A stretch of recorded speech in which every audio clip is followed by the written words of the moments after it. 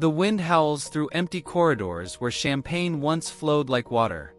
In the golden hills of California, a castle stands frozen in time, a monument to ambition, excess, and the American dream gone silent. This is not a fairy tale. This is the story of Hearst Castle, and the family whose fortune built an empire of stone and dreams. Welcome to the Dark Estate. If you're fascinated by the forgotten palaces of America's gilded past, hit that subscribe button right now. Give us a like, drop a comment telling us what you think, and support this channel as we uncover the real stories behind history's most magnificent and tragic estates. Now, let's descend into the remarkable true story of the Hearst family and their castle on the hill. The year was 1865. The American Civil War had just ended, leaving a nation wounded and struggling to rebuild. While most Americans faced uncertainty and poverty, a young man named George Hearst was becoming one of the wealthiest mining magnates in the Western Territories. Born in 1820 in Franklin County, Missouri, George came from modest farming stock. His father, also named George, died when the boy was just 26, leaving him with debts and a struggling farm. But young George Hearst possessed something his father didn't: an almost supernatural instinct for finding precious metals in the earth. George left Missouri for California during the gold rush of 1850, arriving with little more than determination and a keen eye for geological formations. While thousands of prospectors found nothing but disappointment, George Hearst discovered wealth beyond imagination. He didn't pan for gold like the desperate masses. Instead, he studied the land, purchased claims others thought worthless, and proved them spectacularly wrong. His first major success came with the Ophir mine on the Comstock Lode in Nevada, one of the richest silver deposits ever discovered in North America. The Ophir mine would eventually produce over $300 million in silver and gold, an almost incomprehensible fortune in 19th century currency. But George Hearst wasn't satisfied with one mine. Throughout the 1860s and 70s, he acquired interests in mines across the American West and beyond. The Homestake mine in South Dakota, which he purchased in 1877 for just $70,000, became the largest and deepest gold mine in the Western Hemisphere, producing gold continuously for 125 years. He owned copper mines in Montana, silver mines in Mexico, and had significant holdings in the Ontario mine in Utah. By the 1880s, George Hearst ranked among the wealthiest men in America, his fortune estimated at over $20 million, equivalent to roughly $600 million in today's currency, though the true value of his holdings was likely far greater. In 1862, George married Phoebe Elizabeth Apperson, a schoolteacher from Missouri who was 20 years his junior. Phoebe, born in 1842, was refined, educated, and ambitious in ways that complemented her husband's rough-hewn practicality. She transformed herself from a frontier schoolmarm into one of San Francisco's most sophisticated socialites, though her marriage to George was marked by his frequent absences as he traveled between mining operations. The couple had one son, William Randolph Hearst, born on April 29, 1863, in San Francisco. The boy who would build the castle was born into almost unimaginable wealth, but more importantly, he inherited his father's ambition and his mother's taste for grandeur. Young William, known as Willie to his family, grew up in a world of privilege that few Americans could comprehend. Phoebe Hearst ensured her only child received the finest education, traveling with him throughout Europe and exposing him to art, architecture, and culture. These trips, taken throughout the 1870s and 80s, would profoundly shape William's aesthetic sensibility and his later obsession with collecting art and antiquities. He attended Harvard University beginning in 1882, but was expelled in 1885 for various pranks, including presenting his professors with chamber pots with their names inscribed on the inside. Despite this setback, his father's connections and wealth ensured doors remained open. George Hearst had purchased the San Francisco Examiner newspaper in 1880 as payment for a gambling debt. The paper was losing money and held little interest for the mining magnate, but his son saw opportunity. In March 1887, 23-year-old William Randolph Hearst convinced his father to give him control of the Examiner. What happened next would change American journalism forever. Young Hearst transformed the struggling paper with sensational headlines, dramatic illustrations, and a focus on crime, scandal, and human interest stories that captivated readers. The Examiner's circulation exploded, and William Hearst had discovered his true calling, not in mining, but in the power of the press. George Hearst died on February 28, 1891, at the age of 70, leaving his massive fortune to his widow Phoebe and their son William. The estate was valued at approximately $19 million, making William one of the wealthiest young men in America. But William Randolph Hearst didn't simply rest on inherited wealth. Throughout the 1890s and into the new century, he expanded his newspaper empire with aggressive acquisitions and launches. He purchased the New York Journal in 1895, engaging in a fierce circulation war with Joseph Pulitzer's World that gave birth to the term yellow journalism. By 1900, Hearst owned newspapers in New York, San Francisco, Chicago, and Los Angeles, reaching millions of readers daily.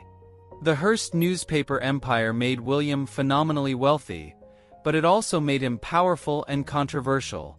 His papers championed working-class causes and progressive reforms, while simultaneously sensationalizing news to the point of distortion. Some historians argue that Hearst's inflammatory coverage of Spanish actions in Cuba helped push America toward the Spanish-American War of 1898. Whether or not this is entirely accurate, it demonstrates the influence Hearst wielded through his publications. By the early years of the 20th century, William Randolph Hearst was not just wealthy. He was one of the most powerful and polarizing figures in American public life. With wealth came the desire to build something permanent, something magnificent. Since childhood, William had accompanied his mother Phoebe on camping trips to a remote hilltop on the family's ranch land in San Simeon, California. George Hearst had purchased 40,000 acres of ranchland along the central California coast in 1865, planning to use it for cattle and horse breeding. The property stretched along the Pacific coastline, encompassing rugged hills, oak-studded valleys, and dramatic ocean views. As a boy, William had camped on a particular hilltop called Camp Hill, approximately 1,600 feet above sea level, which offered panoramic views of the coastline and mountains. He never forgot that place. The First World War came and went. By 1919, William Randolph Hearst was 56 years old, and at the height of his power and wealth. His newspaper empire had expanded to include 28 newspapers in major cities across America. He had also entered the film industry, forming Cosmopolitan Productions and attempting to make his companion, Marion Davies, a major Hollywood star. His fortune was estimated at over $200 million, more than $3 billion in today's currency. He owned real estate throughout America and Europe, including a castle in Wales, apartments in New York, and a beach house in Santa Monica. But he wanted something more, a private retreat that would serve as both a showcase for his vast art collection and a symbol of his achievement. In 1919, William Randolph Hearst wrote to his mother, who still controlled part of the family fortune, with a proposal. He wanted to build something on Camp Hill, on the San Simeon Ranch. Not merely a house, but something grander. Phoebe Hearst, who had become one of America's great philanthropists and art patrons in her own right, understood her son's vision. She had funded the international competition for the University of California's campus plan, and served as the first woman regent of the University of California. She appreciated architecture and ambition. Sadly, Phoebe Hearst died on April 13, 1919, during the global influenza pandemic, just as her son's plans were taking shape. She never lived to see the castle. Her death, however, removed the last financial restraint on William's ambitions, and left him in complete control of the family fortune. William Randolph Hearst needed an architect capable of realizing his vision. He found that person in Julia Morgan, one of the most remarkable architects of the 20th century. Born in 1872 in San Francisco, Morgan had overcome extraordinary obstacles to become the first woman admitted to the architecture program at the prestigious École des Beaux-Arts in Paris, graduating in 1902. She had established her own practice in San Francisco and had already designed over 300 buildings by 1919, including many for Phoebe Hearst. Julia Morgan was 57 years old when William Hearst approached her with the San Simeon Commission, a project that would consume the rest of her career. The first meeting between Hearst and Morgan took place in San Francisco in the summer of 1919. Hearst wanted something inspired by the Spanish cathedrals and Mediterranean villas he had visited during his European travels with his mother. He envisioned a main building and several guest houses, all incorporating his growing collection of Spanish and Italian antiques, including entire ceilings, doors, and walls he had purchased and shipped from Europe. Morgan listened carefully and began to sketch. What emerged from that meeting would become one of the most extraordinary architectural projects in American history. Construction began in 1920. The logistics alone were staggering. Camp Hill was accessible only by a narrow, winding road that had to be widened and graded to accommodate construction vehicles. All building materials, equipment, and the countless crates of artwork and architectural elements Hearst purchased had to be transported up the mountain.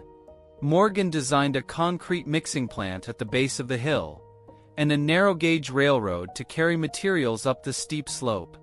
She established an on-site office and visited the site twice a month for the next 28 years, making the 250-mile journey from San Francisco by train and car, rain or shine. Her dedication to the project was absolute. The plan called for 4 buildings arranged around a central courtyard. 3 guest houses, Casa del Mar, Casa del Monte, and Casa del Sol, would be built first, providing accommodation for Hearst during construction and later housing his many guests. These weren't modest cottages.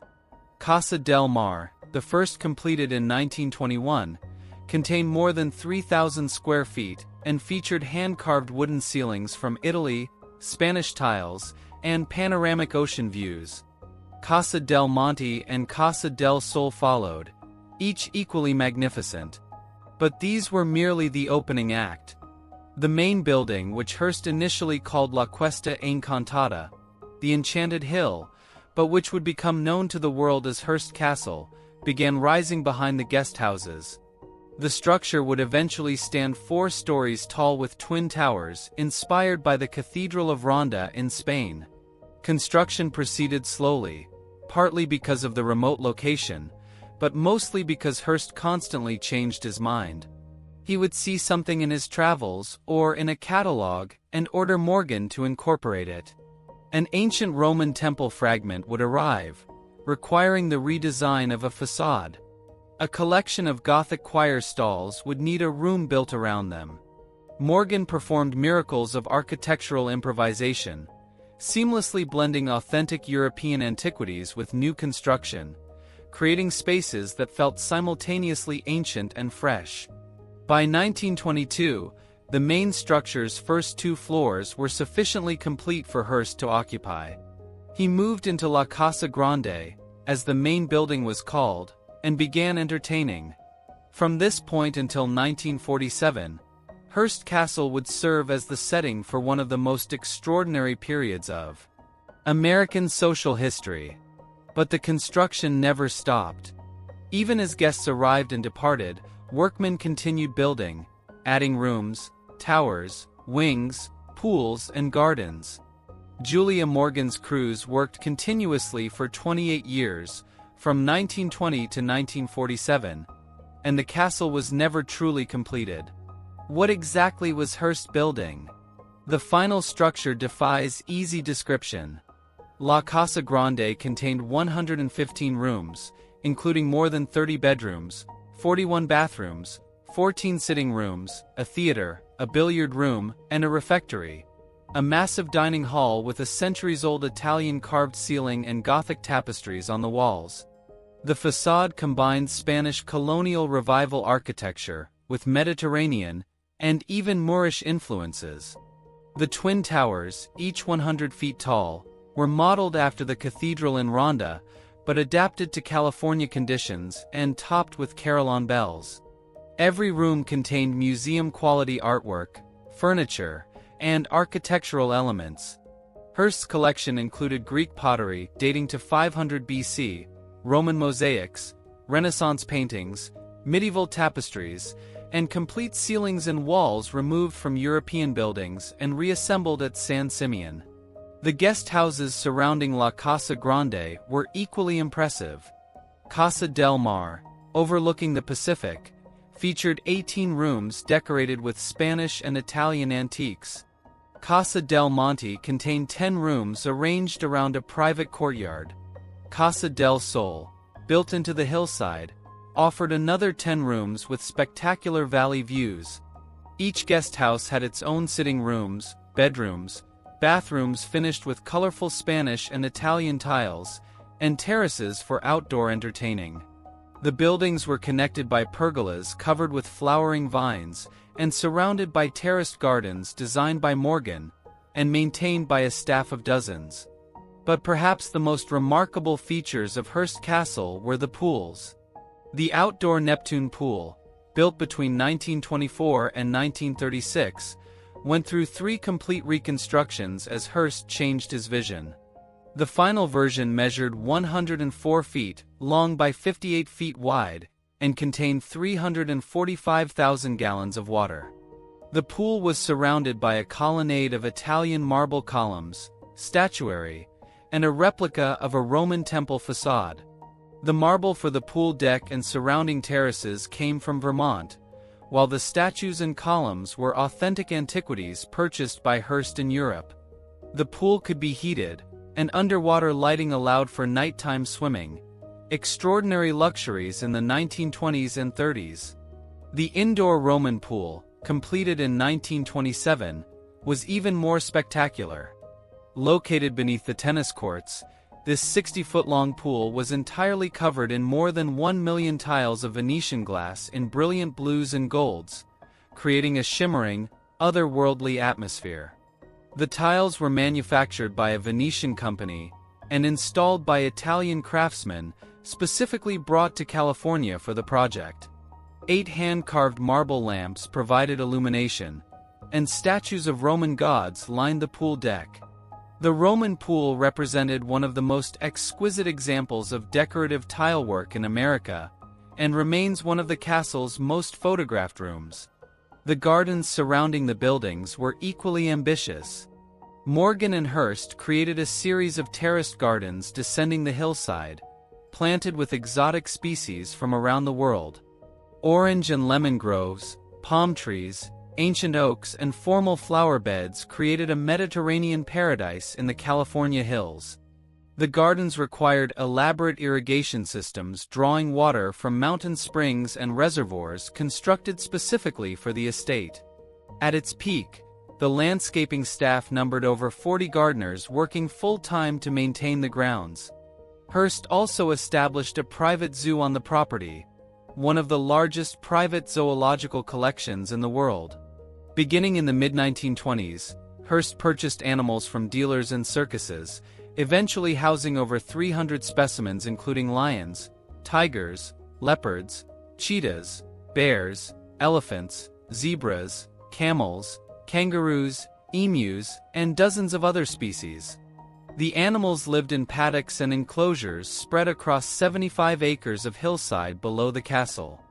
Guests arriving at San Simeon would drive past zebras grazing alongside cattle, a surreal reminder that they were entering a world where normal rules didn't apply. The zoo operated until the early 1940s, when wartime restrictions and Hearst's declining finances forced its closure. Most animals were donated to public zoos, though some, including a herd of zebras, were released onto the ranch property, where their descendants still roam today. The cost of building Hearst Castle was astronomical. Precise figures are difficult to determine because construction spanned 3 decades and Hearst's bookkeeping was often chaotic, but historians estimate he spent between $8 and $10 million on the castle between 1920 and 1947, equivalent to well over $150 million today. This figure includes the buildings, pools, gardens, artwork, and furnishings, but doesn't account for the ongoing expenses of maintaining the estate and its staff. At its peak in the 1930s, San Simeon employed over 150 people including architects, construction workers, gardeners, housekeepers, cooks, animal keepers, and personal staff. The weekly payroll alone ran into thousands of dollars. Who were the guests who visited this extraordinary place? Between 1925 and 1940, Hearst Castle served as a weekend retreat for Hollywood's most famous stars, powerful politicians, business titans, artists, and writers. The guest lists read like a who's who of 20th-century American achievement and celebrity. Charlie Chaplin came regularly, as did Cary Grant, Clark Gable, and Carole Lombard. Greta Garbo visited, though she reportedly found the constant activity exhausting. The Marx Brothers entertained fellow guests with impromptu performances. James Stewart, Joan Crawford, and Errol Flynn all spent weekends at San Simeon. From the political world, President Calvin Coolidge visited, as did Winston Churchill before he became Britain's wartime Prime Minister. Writers including George Bernard Shaw and P.G. Wodehouse enjoyed Hearst's hospitality. Aviator Charles Lindbergh came after his famous transatlantic flight. At any given weekend, guests might include a mix of Hollywood actors, New York playwrights, European aristocrats, American politicians, and business executives. Life at the castle followed a peculiar routine that mixed luxury with Hearst's personal quirks. Guests would arrive on Friday evening, often traveling by private train car or automobile from Los Angeles or San Francisco. They would be assigned rooms in one of the guest houses. Very few were important enough to receive rooms in La Casa Grande itself. Friday night typically featured a screening in Hearst's private 50-seat theater, which showed first-run films often before their official release, thanks to Hearst's Hollywood connections. The theater contained a pipe organ, comfortable seating, and a state-of-the-art projection system. Saturday would begin with guests at leisure. They could swim in either pool, play tennis on the castle's courts, ride horses from Hearst stables, or explore the grounds and zoo. Lunch was casual, often served outdoors or in one of the smaller dining rooms. But Saturday night dinner was the main event, held in the refectory of La Casa Grande. Guests would gather for cocktails around 7 in the assembly room, a massive space with a carved wooden ceiling from 16th century Italy, and a fireplace large enough to stand in.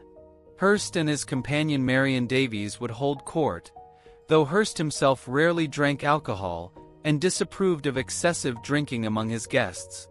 Dinner was served promptly at 8 or 8:30, at a long refectory table that could seat 40 guests.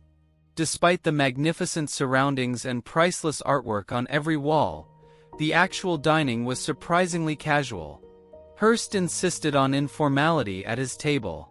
Guests helped themselves from condiment bottles and serving platters in a style more suited to a family dinner than a millionaire's feast. The food was good but not overly fancy. Hearst enjoyed simple American fare including roast beef, fried chicken, and salads from the castle's kitchen gardens. Wine flowed freely, though Hearst himself typically drank only milk or water. The seating arrangements at dinner were carefully managed.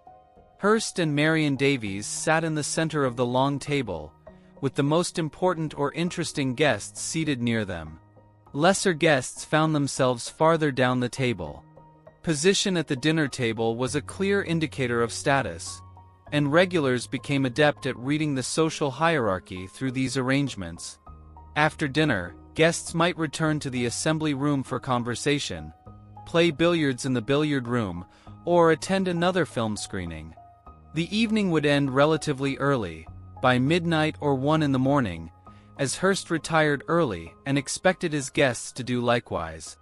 Sunday featured a similar pattern of leisure activities, with guests departing in the afternoon or evening to return to their regular lives.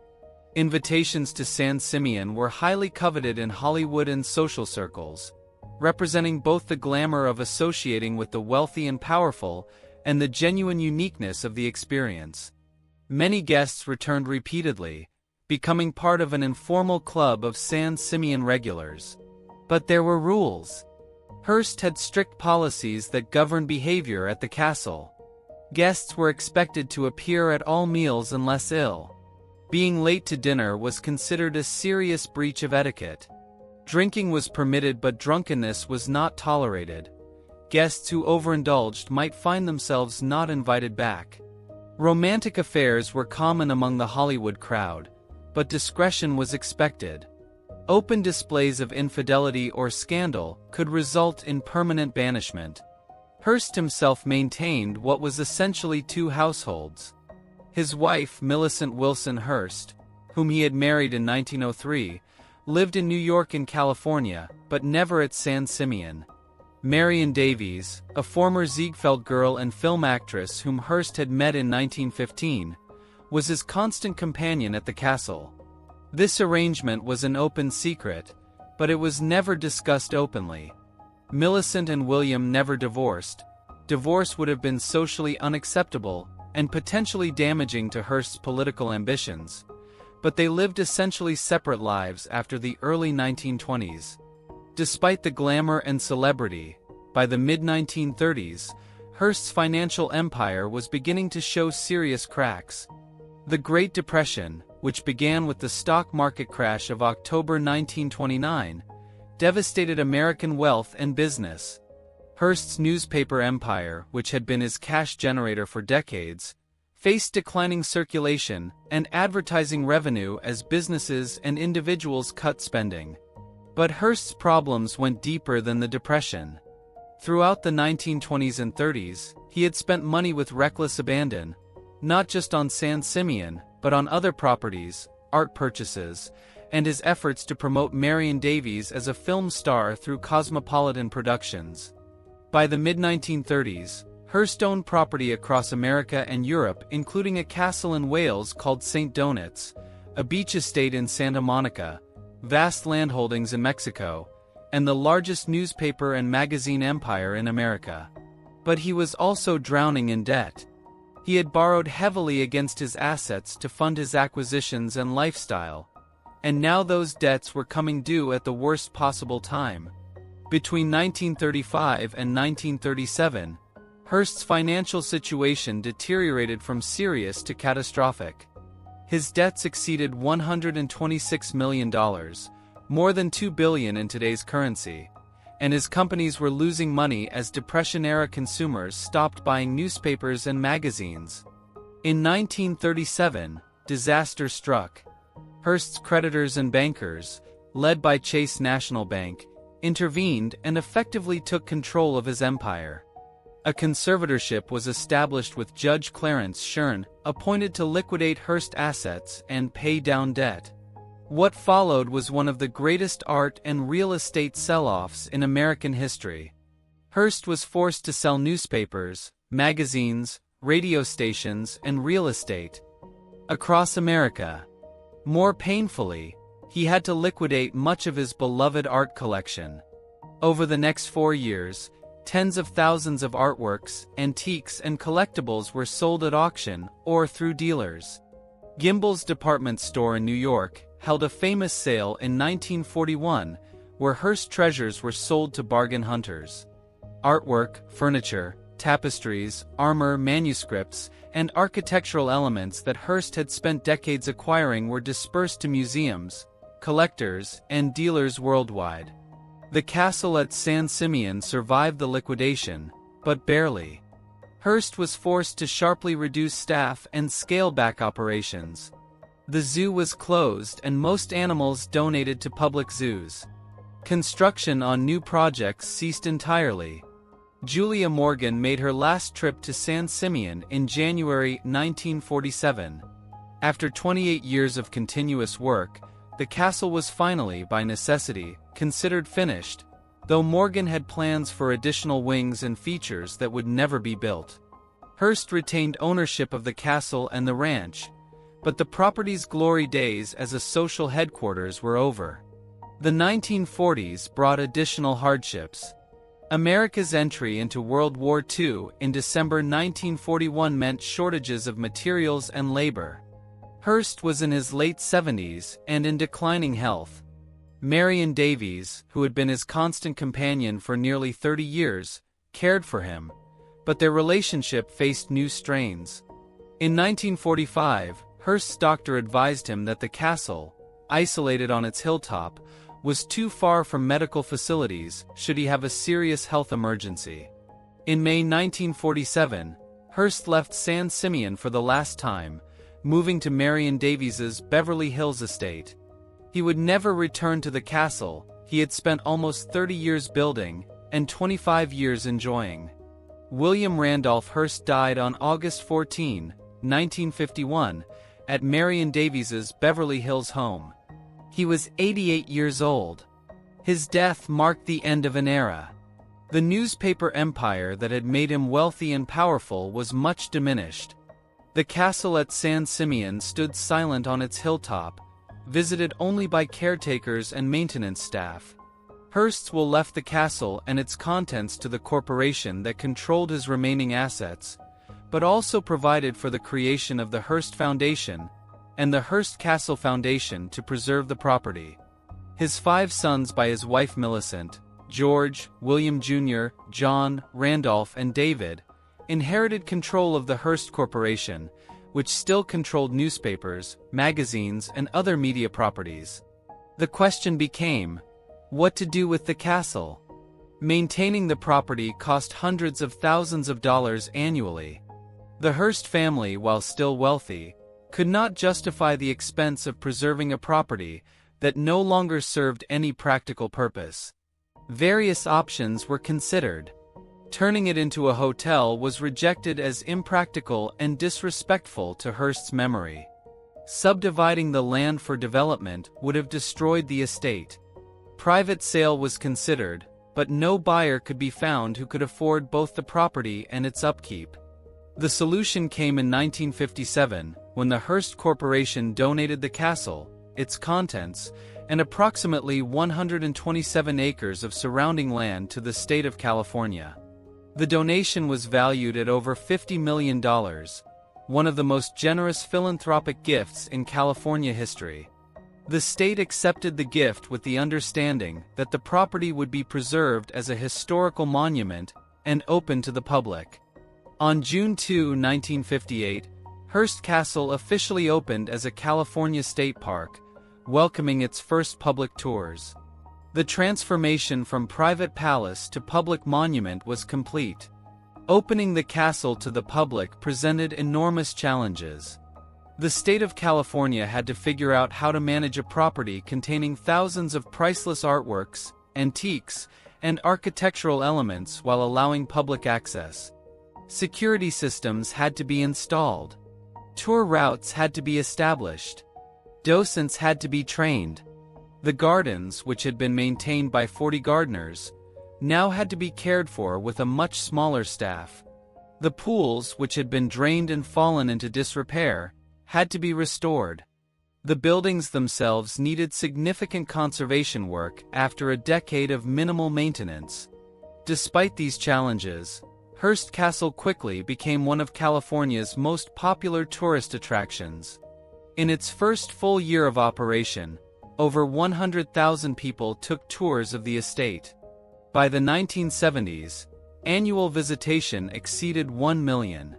Today, more than 700,000 people visit Hearst Castle each year, making it one of California's most visited state historic landmarks.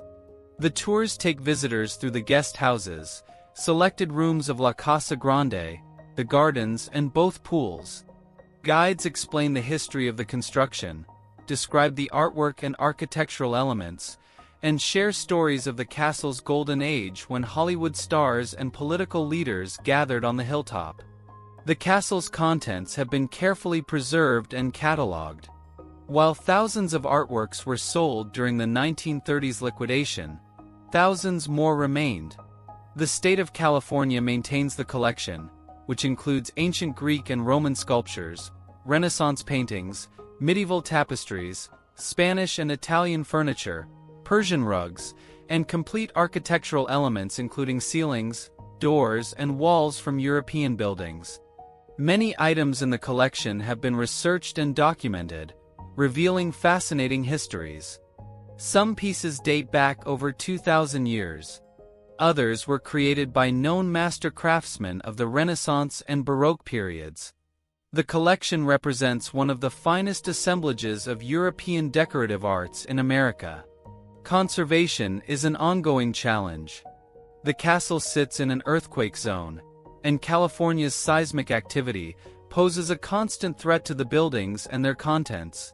The salt air from the nearby Pacific Ocean corrodes metal fixtures and affects paintings and textiles. Sunlight fading threatens tapestries and artworks. The state of California employs a staff of conservators who work continuously to stabilize and preserve the collection. Major restoration projects have included rebuilding portions of the Neptune Pool, restoring the tiles in the Roman Pool, conserving tapestries and paintings, and stabilizing the towers of La Casa Grande. The estate's influence on American culture extends far beyond its function as a tourist attraction.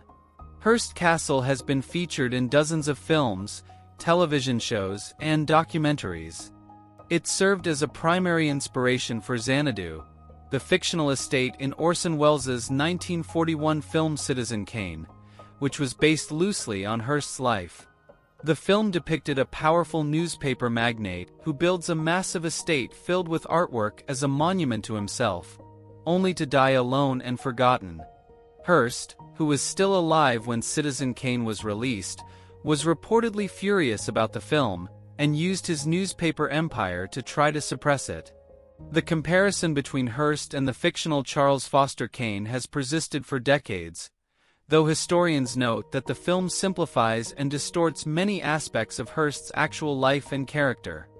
Julia Morgan, the architect who made Hearst's vision reality, lived until 1957, but never received the recognition she deserved during her lifetime.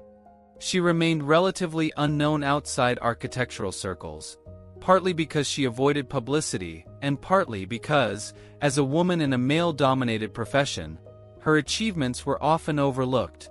In her 45-year career, Morgan designed over 700 buildings, including churches, schools, hospitals, and private homes throughout California. The Hearst Castle project represented her masterpiece, but also somewhat overshadowed her other work. In recent decades, historians and architects have worked to document her contributions and establish her reputation as one of America's most important architects. She died in San Francisco on February 2, 1957, at the age of 85, just months before Hearst Castle opened to the public. Marion Davies, Hearst's companion for 34 years, lived until 1961. After Hearst's death in 1951, she married for the first time, a sea captain named Horace Brown, just 11 weeks after Hearst died. The marriage shocked many who had expected her to remain devoted to Hearst's memory. But Davies had been effectively unmarried throughout her adult life and apparently wanted the security and legitimacy of legal marriage. She remained wealthy, having wisely invested money Hearst had given her during their years together. Davies died of cancer on September 22, 1961, at the age of 64. Her relationship with Hearst had been one of the most famous romances of Hollywood's golden age, and despite never being able to marry, they had remained devoted to each other until his death. The Hearst family maintained control of the Hearst Corporation, transforming it from a newspaper empire into a diversified media and business conglomerate. Today, the Hearst Corporation is a privately held company that owns magazines including Cosmopolitan, Esquire, and Harper's Bazaar, television stations, cable networks including ESPN and A&E, and significant real estate holdings. The family fortune has been estimated at over $20 billion, making the Hearsts one of America's wealthiest families. Several of William Randolph Hearst's grandchildren and great-grandchildren serve on the board of the Hearst Corporation and remain active in managing the family business. The ranch surrounding Hearst Castle remains largely intact. The Hearst family retained approximately 80,000 acres of the original San Simeon property, much of it used for cattle ranching. Some portions have been sold for conservation or development over the decades, but the hills around the castle remain mostly undeveloped, preserving the sense of isolation and grandeur that attracted William Randolph Hearst to the location in the first place. The zebras that escaped or were released from Hearst Zoo in the 1940s have thrived, and today a herd of approximately 100 zebras roams freely across the ranch, a living reminder of the estate's eccentric past. Visiting Hearst Castle today offers a window into a vanished world. The buildings appear much as they did during the estate's golden age in the 1920s and 30s. The guest houses still contain their original furnishings and artwork.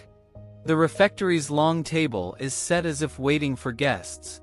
The theater's velvet seats face a screen ready for a showing. The pools gleam with water, though only rarely is anyone allowed to swim in them. Walking through the rooms, visitors can imagine Hollywood stars lounging by the Neptune pool, political leaders debating policy in the assembly room, and William Randolph Hearst himself presiding over dinner in the refectory. But there's also melancholy. The castle is a monument to ambition, excess, and the fleeting nature of wealth and power. Hearst spent almost 30 years and millions of dollars creating his perfect retreat, only to be forced to leave it and never return. The glamorous guests who once filled the rooms are long dead. The newspaper empire that funded the construction has faded into history, replaced by television, internet, and social media. The castle stands as a beautiful fossil, preserved in amber, a snapshot of America's gilded past, when one man's vision and fortune could create something this extraordinary. The history of Hearst Castle also raises questions about preservation and public access. Should such properties be maintained at public expense? The state of California spends millions annually on conservation, staffing, and operations at Hearst Castle. Critics argue these funds could be better spent on schools, healthcare, or infrastructure. Supporters counter that Hearst Castle generates tourism revenue, provides educational opportunities, and preserves an irreplaceable piece of American cultural history. The debate reflects larger questions about what we choose to remember and preserve from our past. The estate has faced specific challenges in recent decades. California's severe droughts in the 2010s reduced water available for the pools and gardens.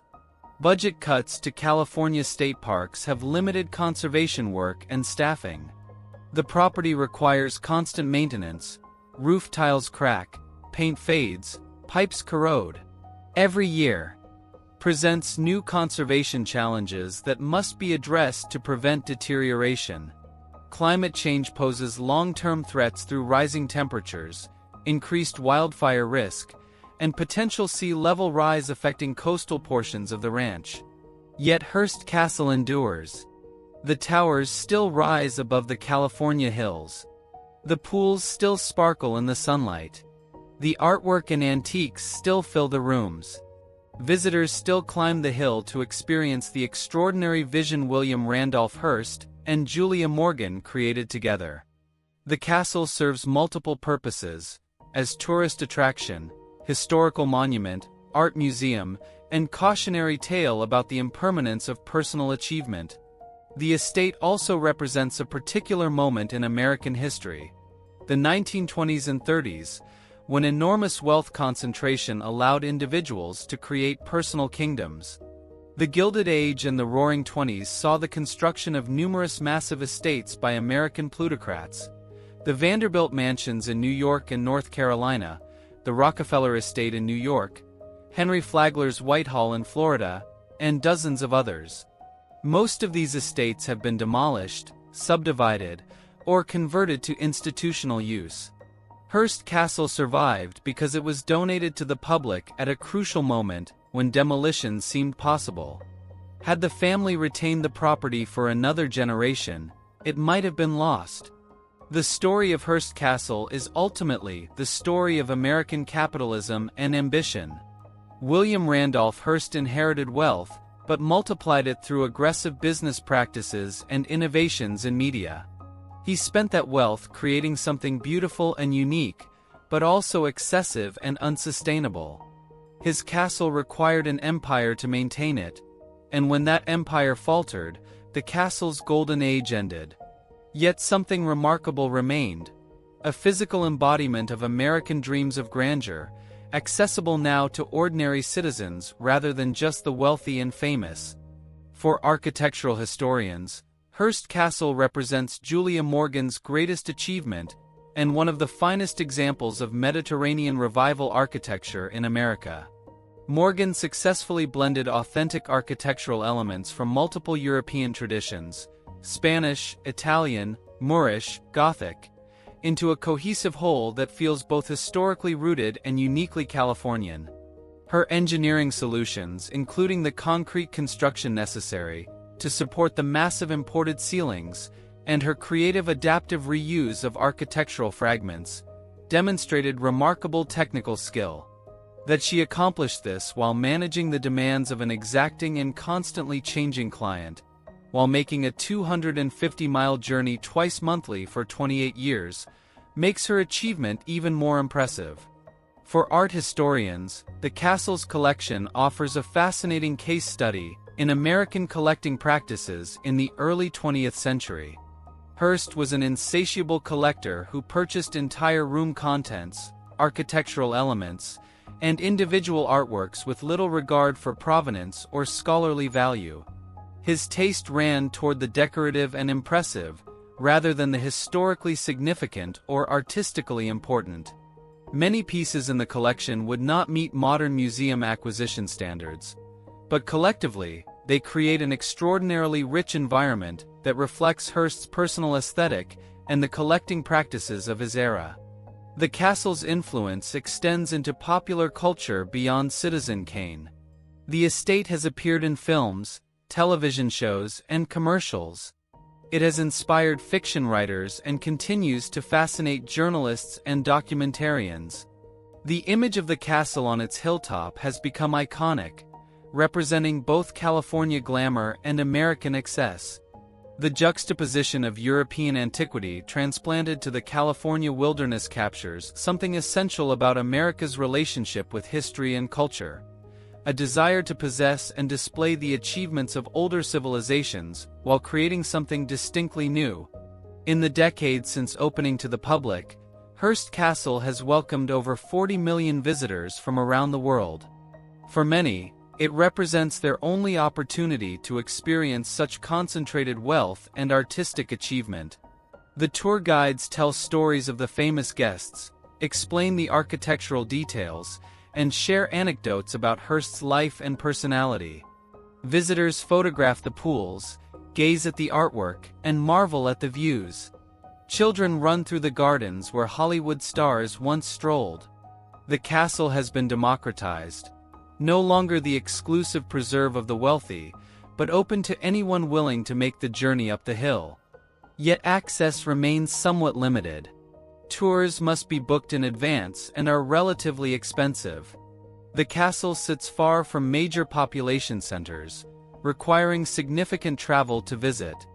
Not all rooms are open to the public. Some are too fragile or contain artworks that require climate control. The experience, while impressive, is necessarily artificial, a stage-managed presentation of the past rather than the living, breathing estate it once was. The informality and spontaneity of the castle's golden age, guests helping themselves at dinner, impromptu performances, late-night conversations, has been replaced by the structured formality of the museum experience. The long-term future of Hearst Castle remains uncertain.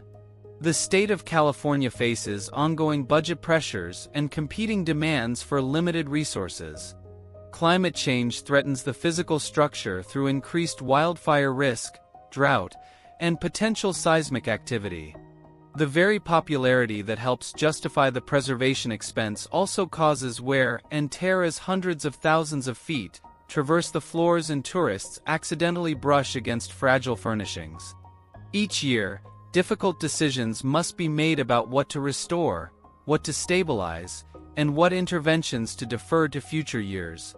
There have been proposals to return some portions of the estate to private use, perhaps as a luxury hotel or conference center, which would generate revenue to support preservation. Such proposals face opposition from preservationists, who argue that commercial use would compromise the historical integrity. The debate continues, reflecting broader questions about how we balance preservation with practical sustainability. The castle also faces interpretive challenges. How should we present William Randolph Hearst's legacy? He was a complex figure, a media innovator who pioneered sensational journalism, a progressive who supported workers' rights while living in unimaginable luxury, a patron of the arts who looted European heritage, a powerful publisher who influenced American policy, and a man who spent his final years in diminished circumstances after building monuments to himself. Current interpretive programs at the castle try to present a balanced view, acknowledging both Hearst's achievements and his flaws, but visitors often leave with their own interpretations shaped by their values and knowledge. What cannot be disputed is the physical reality of what Hearst and Morgan created. The castle stands as testament to what can be accomplished when extraordinary wealth meets artistic vision and technical skill. Whether one views it as a masterpiece or a monstrosity, as inspired or excessive, Hearst Castle represents American ambition at its most grandiose. It embodies the belief that anything is possible with enough money and determination, a fundamentally American philosophy. The relationship between Hearst and Morgan also deserves reflection. Their partnership lasted nearly 3 decades, and produced not just the castle, but dozens of other buildings Hearst commissioned from Morgan. Morgan tolerated Hearst's constant changes and demands with remarkable patience, finding ways to realize his often impractical visions, while maintaining structural and aesthetic integrity. Hearst, for his part, trusted Morgan completely and gave her freedom to interpret his ideas, a rare situation for a woman architect in that era. Their collaboration demonstrated that even the most difficult client-architect relationships can produce extraordinary results when mutual respect exists. The castle's construction period coincided with massive social and economic changes in America. The 1920s saw prosperity, prohibition, the rise of Hollywood, and the flowering of Jazz Age culture. The 1930s brought the Great Depression, the New Deal, and growing awareness of global threats. The 1940s saw World War II and the beginning of the atomic age. Through all these changes, construction continued at San Simeon, creating a hermetically sealed world on the hilltop where problems of the outside world seemed distant. Yet those problems ultimately reached even Hearst Castle, ending the Golden Age and forcing the estate's transformation. The story of the Hearst family after William Randolph's death has been one of successful adaptation. Unlike many American fortunes that dissipate within a few generations, the Hearst fortune has been preserved and grown through careful management and diversification. The Hearst Corporation remains privately held, controlled by family trusts and managed by family members and professional executives. The company has successfully navigated the transition from print to digital media, though like all media companies it faces challenges from changing consumer habits and technology. The family has largely avoided the scandals and dysfunction that have plagued other wealthy American dynasties. The castle itself remains the most visible symbol of the Hearst name. While the newspaper empire has faded and the magazine business has contracted, the castle on the hill endures as a monument to the family's influence and wealth. Ironically, William Randolph Hearst may be better remembered today for the castle he built than for the journalism career he considered his true calling. The newspapers he published are mostly gone or much diminished, but the castle welcomes nearly 1 million visitors annually, ensuring that the Hearst name remains familiar to new generations. One aspect of the castle's history that deserves acknowledgement is the labor that built it. While histories focus on Hearst and Morgan, thousands of workers actually constructed the buildings, carved the stone, laid the tiles, planted the gardens, and maintained the property. These workers, carpenters, stonemasons, plasterers, gardeners, electricians, plumbers, came from diverse backgrounds including Italian craftsmen, local laborers, and specialists brought from across America and Europe. Many worked on the project for years or decades, developing deep expertise in the specialized techniques required. Their names are largely forgotten, but their work remains visible in every perfectly laid tile, carved stone, and planted tree. The castle's staff during its operational years also deserves recognition. The cooks who prepared meals for hundreds of guests, the housekeepers who cleaned the vast rooms, the animal keepers who cared for the zoo, the chauffeurs who transported guests, and dozens of others made the castle function. They worked long hours for modest wages, serving the wealthy and famous while living in staff quarters far less grand than the guest houses. Their stories are part of the castle's history too, representing the vast inequality that characterized the era and remains relevant today. Contemporary visitors to Hearst Castle experience the estate through the lens of modern values and sensibilities.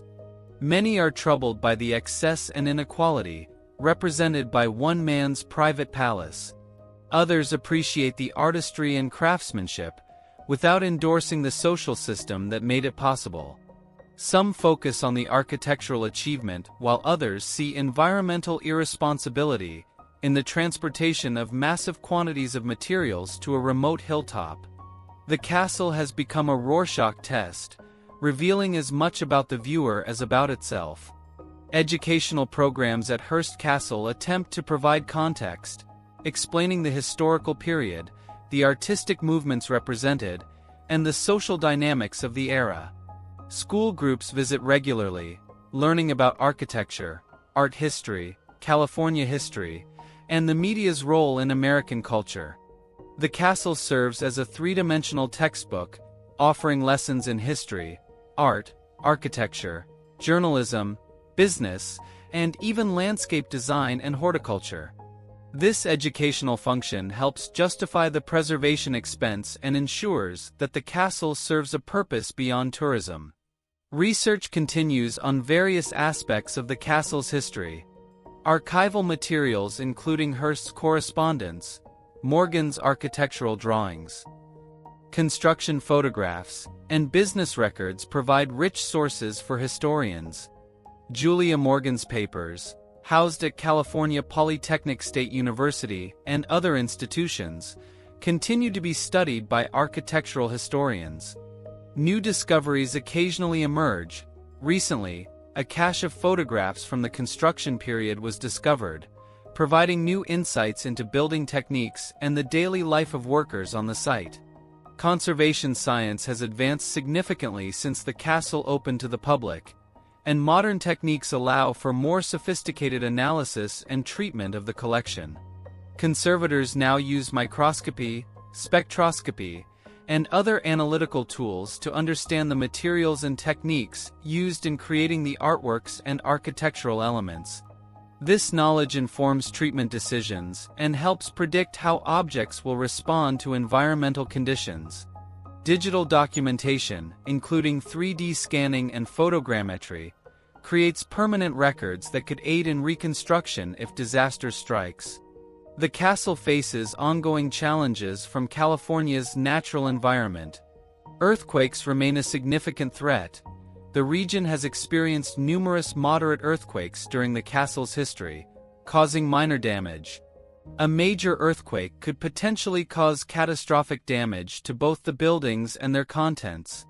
Engineers have assessed seismic vulnerability and implemented retrofitting measures. but the castle's construction methods and massive imported ceilings make complete seismic protection impossible without dramatically altering the historic character. Wildfires pose another serious threat. California's wildfire season has intensified in recent decades due to climate change and forest management practices. The castle sits amid grasslands and oak woodlands that can burn rapidly. While fire suppression systems have been installed and the surrounding area is actively managed to reduce fuel loads, a major wildfire under extreme conditions could threaten the estate. The loss of the castle to fire would be an incalculable cultural tragedy. Despite these challenges and uncertainties, Hearst Castle continues to captivate visitors and inspire fascination. There is something compelling about the sheer audacity of the project, the willingness to spend decades and millions building a personal palace on a remote California hilltop. The castle embodies dreams and ambitions that exceed practical necessity, reminding us that human beings are capable of creating beauty and grandeur for their own sake. Whether one approves or disapproves of the values represented, the achievement cannot be denied. The castle also serves as a reminder of the impermanence of wealth and power. Hearst built his empire and his castle, controlled newspapers reaching millions, entertained presidents and movie stars, and wielded enormous influence over American culture. Yet he was forced to leave his beloved castle, saw his empire diminished, and died with his greatest ambitions unfulfilled. The castle outlasted him, passing into public ownership and becoming a tourist attraction rather than a private refuge. There's a lesson there about the limits of individual achievement and the ultimate destination of all human projects into history, to be judged and interpreted by future generations. As the sun sets over the Pacific, casting golden light on the twin towers of La Casa Grande, the castle takes on an ethereal quality. The white marble gleams, the pools reflect the sky, and the gardens settle into evening stillness. For a moment, it's possible to imagine the estate as it was, filled with guests and staff, alive with conversation and laughter, the center of a wealthy man's universe. Then the moment passes, the reality of the present returns, and the castle is once again a monument, beautiful and silent on its hill. The story of Hearst Castle, of William Randolph Hearst, Julia Morgan, the thousands of workers who built it, the famous guests who visited, the staff who served, and the millions who have toured it since it opened to the public, is fundamentally an American story. It encompasses ambition and achievement, excess and downfall, art and commerce, private vision and public benefit. It reminds us of what was possible in an era of enormous wealth concentration, while also illustrating the limits and consequences of such concentration. Today, as income inequality in America reaches levels not seen since the 1920s, Hearst Castle offers a historical lens through which to view contemporary debates. What obligations do the wealthy have to society? How should extraordinary private achievement be balanced against public needs? What should be preserved from the past, and what should be left behind? These questions have no easy answers, but the castle prompts us to ask them. This is the Dark Estate, and you've just witnessed the complete true history of Hearst Castle. From George Hearst's mining fortune through William Randolph's newspaper empire, to the construction of America's most extraordinary private estate, through its golden age as a gathering place for the famous and powerful, to its near destruction during financial crisis, and finally to its preservation as a public monument. Every fact you heard was documented and verified. Every person was real. Every date was accurate. This is history, not legend. The story of one family's ambition written in stone and marble on a California hilltop. If you found this journey through architectural history compelling, subscribe to The Dark Estate for more deep explorations of America's forgotten palaces and the real stories behind them. Hit that like button if this video earned it. Drop a comment telling us what you think about Hearst Castle, monument or monstrosity, masterpiece or excess. And tell us what historical estate we should investigate next. There are dozens of American castles, mansions, and estates with stories waiting to be told. Until next time, remember that every building has a history, and every history deserves to be told truthfully.